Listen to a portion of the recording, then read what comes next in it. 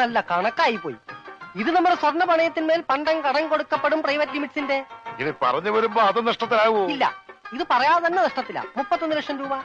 30 നമ്മുടെ മുടക്ക് മുതൽ, 31 ലക്ഷം രൂപ നഷ്ടം. ഇതെന്തൊരു കണക്കാടാ?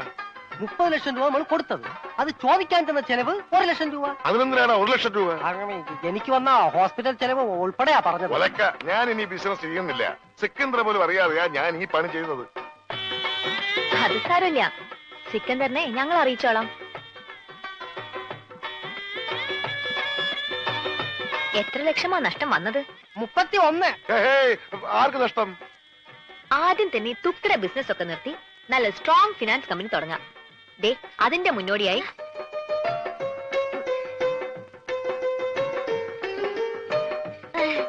അത് കൊള്ളാം.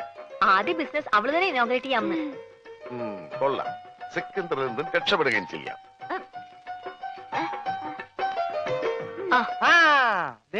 നാളെ 7:30 മണിക്ക് ഉദ്ഘാടനമെന്നാ പറഞ്ഞത്. പോടോ, നാളെ 7.5 ലക്ഷം രൂപ അവൾക്ക് കൊടുക്കണം. കസ്റ്റമർക്ക് അവള് കൊടുത്തോളും.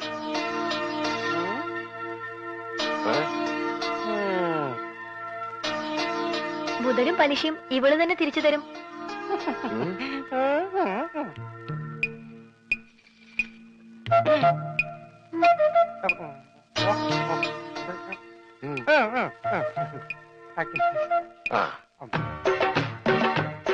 കൊള്ളാം. എനിക്ക് ഇത്രയും ഭംഗിയുണ്ടെന്ന് ഇന്നാണ് മനസ്സിലായത്. നിങ്ങൾക്ക് എന്ത് തോന്നുന്നു? അയ്യടാ, നിന്റെ ഭംഗി ആസ്വദിക്കാനല്ല വിളിച്ചത്. നീ ആ കണ്ണാടിന്റെ മുന്നിൽ നിന്ന് മാറി നിന്നേ. പെട്ടി താഴെ വെക്കടാ. വെച്ചു. പറഞ്ഞത് വല്ലതും മനസ്സിലായോ? മനസ്സിലായി. എന്ത്? പെട്ടി താഴെ വെക്കാനല്ലേ? ഊരിയിട്ട് വെച്ചിരും ഞാൻ. എടാ, ഇത് നിസ്സാര കാര്യമല്ല, വളരെ ഉത്തരവാദിത്തത്തോടും ബുദ്ധിയോടും ചെയ്യേണ്ട കാര്യ. എന്ത്? ഈ പെട്ടി താഴെ വെക്കണതാ? നീ എന്തൊക്കെയാ ചെയ്യാൻ പോണതെന്ന് ഒന്ന് പറഞ്ഞേ. ആദ്യം ഞാൻ കൈപ്പാങ്കുറ്റി ബസ്സിൽ കയറി 7 രൂപ 50 പൈസ ടിക്കറ്റ് എടുക്കും. എന്നിട്ട് ബാക്കി വാങ്ങും. എന്നിട്ട് ഞാൻ കൈപ്പാങ്കുറ്റി സ്റ്റോപ്പിൽ ഇറങ്ങി മൈക്കിൾ മാഷിന്റെ വീട് ഏതാന്ന് ചോദിക്കും. മൈക്കിളല്ല, കൈമൾ മാഷ്. ആ, കൈമൾ മാഷ്. ബാക്കി ഞാൻ. അതെന്താ? അതൊക്കെ ഞാൻ കള്ളാസിൽ എഴുതി പോക്കറ്റിൽ വെച്ചിട്ടുണ്ട്. കൈമൾ മാഷിന്റെ മകന്റെ പേരെന്താ? കൈമൾ മാഷ? മകന്റെ പേര്? ആ, മരിച്ചുപോയ ഉണ്ണി. മരിച്ചു പോയിന്ന് എടുത്തു പറയണ്ട, ഉണ്ണിന്ന് പറഞ്ഞാ മതി. മതി. അപ്പൊ നീ ആരാ? രമണൻ. സോറി, മരിച്ചുപോയ ഉണ്ണിയുടെ ക്ലോസ് ആയ ഫ്രണ്ട്. Close friend? ആ, അത് തന്നെ. അല്ല, ഒരു സംശയം ചോദിച്ചട്ടെ, ആരായി ഉണ്ണി? ഈ ഉണ്ണിയെ കണ്ട എങ്ങനെ ഇരിക്കും?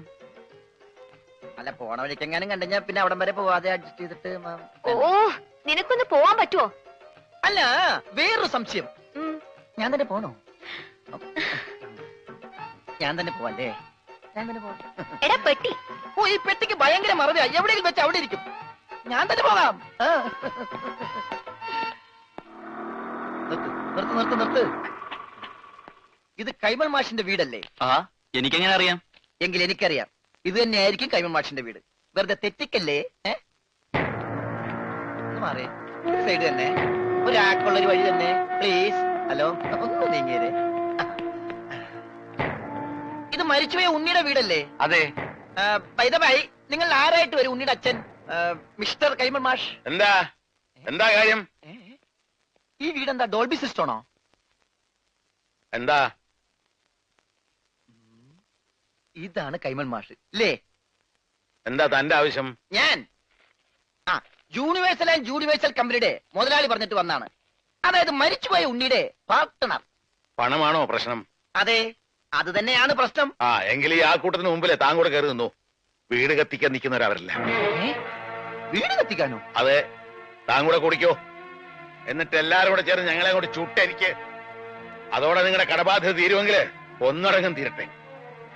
ഉള്ള കാര്യം പറയാമല്ലോ, എന്റെ നീ ഒരു 10 പൈസ കൂടെ എടുക്കാനില്ല. ആത്മഹത്യ ചെയ്യാനുള്ള തന്റെ ഇടവും ഞങ്ങൾക്കില്ല. കത്തിച്ചു, ഞങ്ങൾക്കും അതൊരു പരിഹാരമാകും. ഇങ്ങോട്ടാണടാ രാവിലെ പെട്ടി നോക്കി വന്നിരിക്കുന്നു പണം വാങ്ങിക്കാൻ. എടാ, നിന്നെ പോലെ തന്നെ പണം വാങ്ങാൻ വന്നവരാണ് ഞങ്ങളും. അയ്യോ, ഞാൻ പണം വാങ്ങാൻ വന്നതല്ല, കൊടുക്കാൻ വന്നതാ. ഈ പെട്ടി ഉൾപ്പെടെ. എന്താ പറഞ്ഞേ? പണം കൊടുക്കാൻ വന്നതാണെന്ന്. ആർക്ക്? കൈമൾ മാഷിന്. ഞാൻ മലയാളത്തിലല്ലേ ആദ്യം നിങ്ങളോട് പറഞ്ഞത്? യൂണിവേഴ്സൽ കമ്പനി പൊട്ടിപ്പൊളിഞ്ഞ് പാലിഷ് ആയെങ്കിലും ഇപ്പൊ അത് ലാഭത്തിലാണ്. ആ കമ്പനിയുടെ ലാഭവിഹിതമാണ് ഈ പെട്ടിയില്. അന്നാ തുറക്കടാ പട്ടി ഈ പെട്ടി.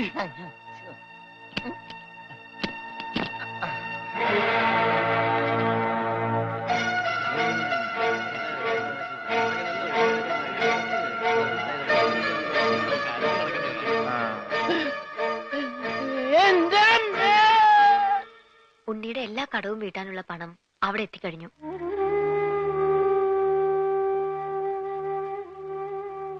ഒരു കുടുംബത്തിന്റെ മുഴുവൻ ജീവനും മാനവും രക്ഷിച്ചത് എല്ലാവരുടെയും പ്രാർത്ഥന ഉണ്ടാവും.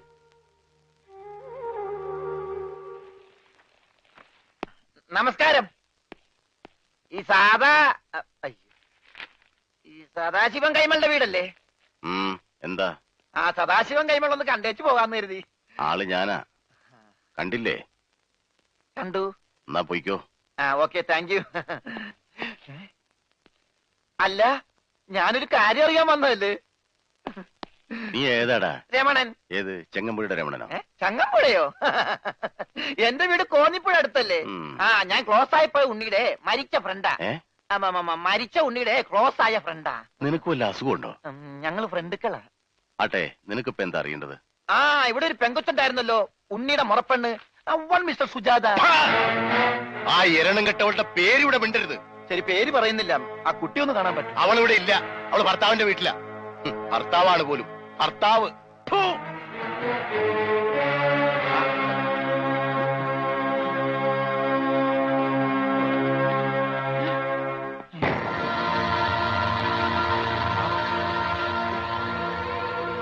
അവൻ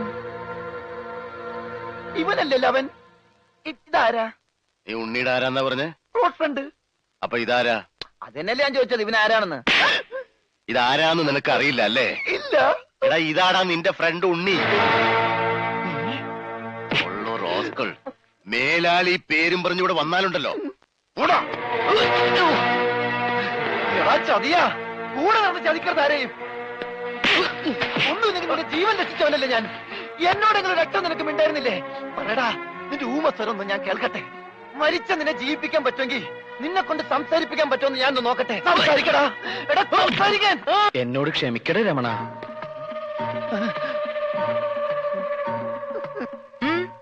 എന്താ ഇവിടെ? കണ്ടുപിടിച്ചു. എന്റെ ബുദ്ധി ഉപയോഗിച്ച് ഞാൻ എല്ലാം കണ്ടുപിടിച്ചു. ഇവൻ മിണ്ടി. ആ, അതൊക്കെ അവിടെ നിൽക്കട്ടെ. എന്താ, ഇനിയും ബുദ്ധി ഉപയോഗിച്ച് വല്ലതും കണ്ടുപിടിക്കാനുണ്ടോ? ഉണ്ട്. ബുദ്ധിയുടെ കൂടെ കുറച്ച് സോപ്പ് ഉപയോഗിച്ചോ. തുണി എടുത്തിട്ടിട്ടുണ്ട്, അലക്കിക്കോ. എല്ലാം ഞാൻ അലക്കും. ഭർത്താവാണ് പോലും എന്നും പറഞ്ഞൊരു തുപ്പും തുപ്പി. ഏതായാലും അമ്മാവനും അവളുടെ ഭർത്താവും തമ്മിൽ തീരെ യോജിപ്പിലല്ല. അല്ലെങ്കിലും അമ്മാവന് ആരുമായി അങ്ങനെ പൊരുത്തപ്പെട്ട് പോവില്ല. എന്തായാലും അത് കഴിഞ്ഞല്ലോ. അവളുടെ വിവാഹം നടക്കണമെന്ന് ഞാൻ പ്രാർത്ഥിക്കാത്ത ദിവസങ്ങളില്ല. പാവം കുട്ടിയവള്. എവിടെയായിരുന്നാലും സന്തോഷമായിട്ട് കഴിഞ്ഞാൽ മതിയായിരുന്നു. അവളുടെ ഭർത്താവിന്റെ ഫോട്ടോ വല്ലതും നീ കണ്ടോ? ഫോട്ടോ? ഒരു ഫോട്ടോ കണ്ടതിന്റെ വേദന ഇതുവരെ മാറിയിട്ടില്ല. നീ എന്നോട് മിണ്ടണ്ട, നമ്മ തമ്മിൽ ശരിയാവൂല.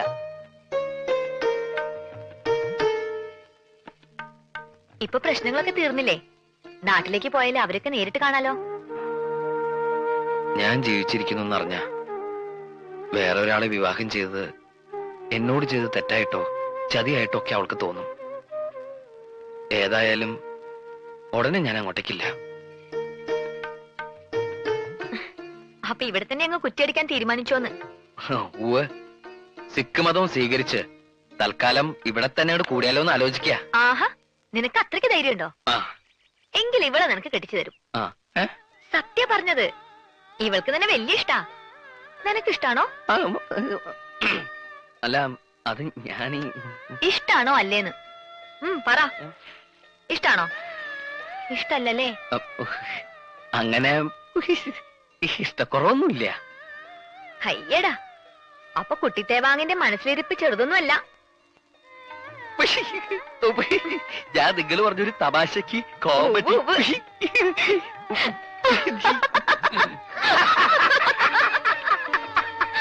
ആക്കിയതാണല്ലേ ഞാൻ ഊഹിച്ചു. എന്നെ ഇങ്ങനെ വെട്ടിലൊന്നും വീഴ്ത്താൻ പറ്റില്ല. ഞാൻ എന്റെ തുണി.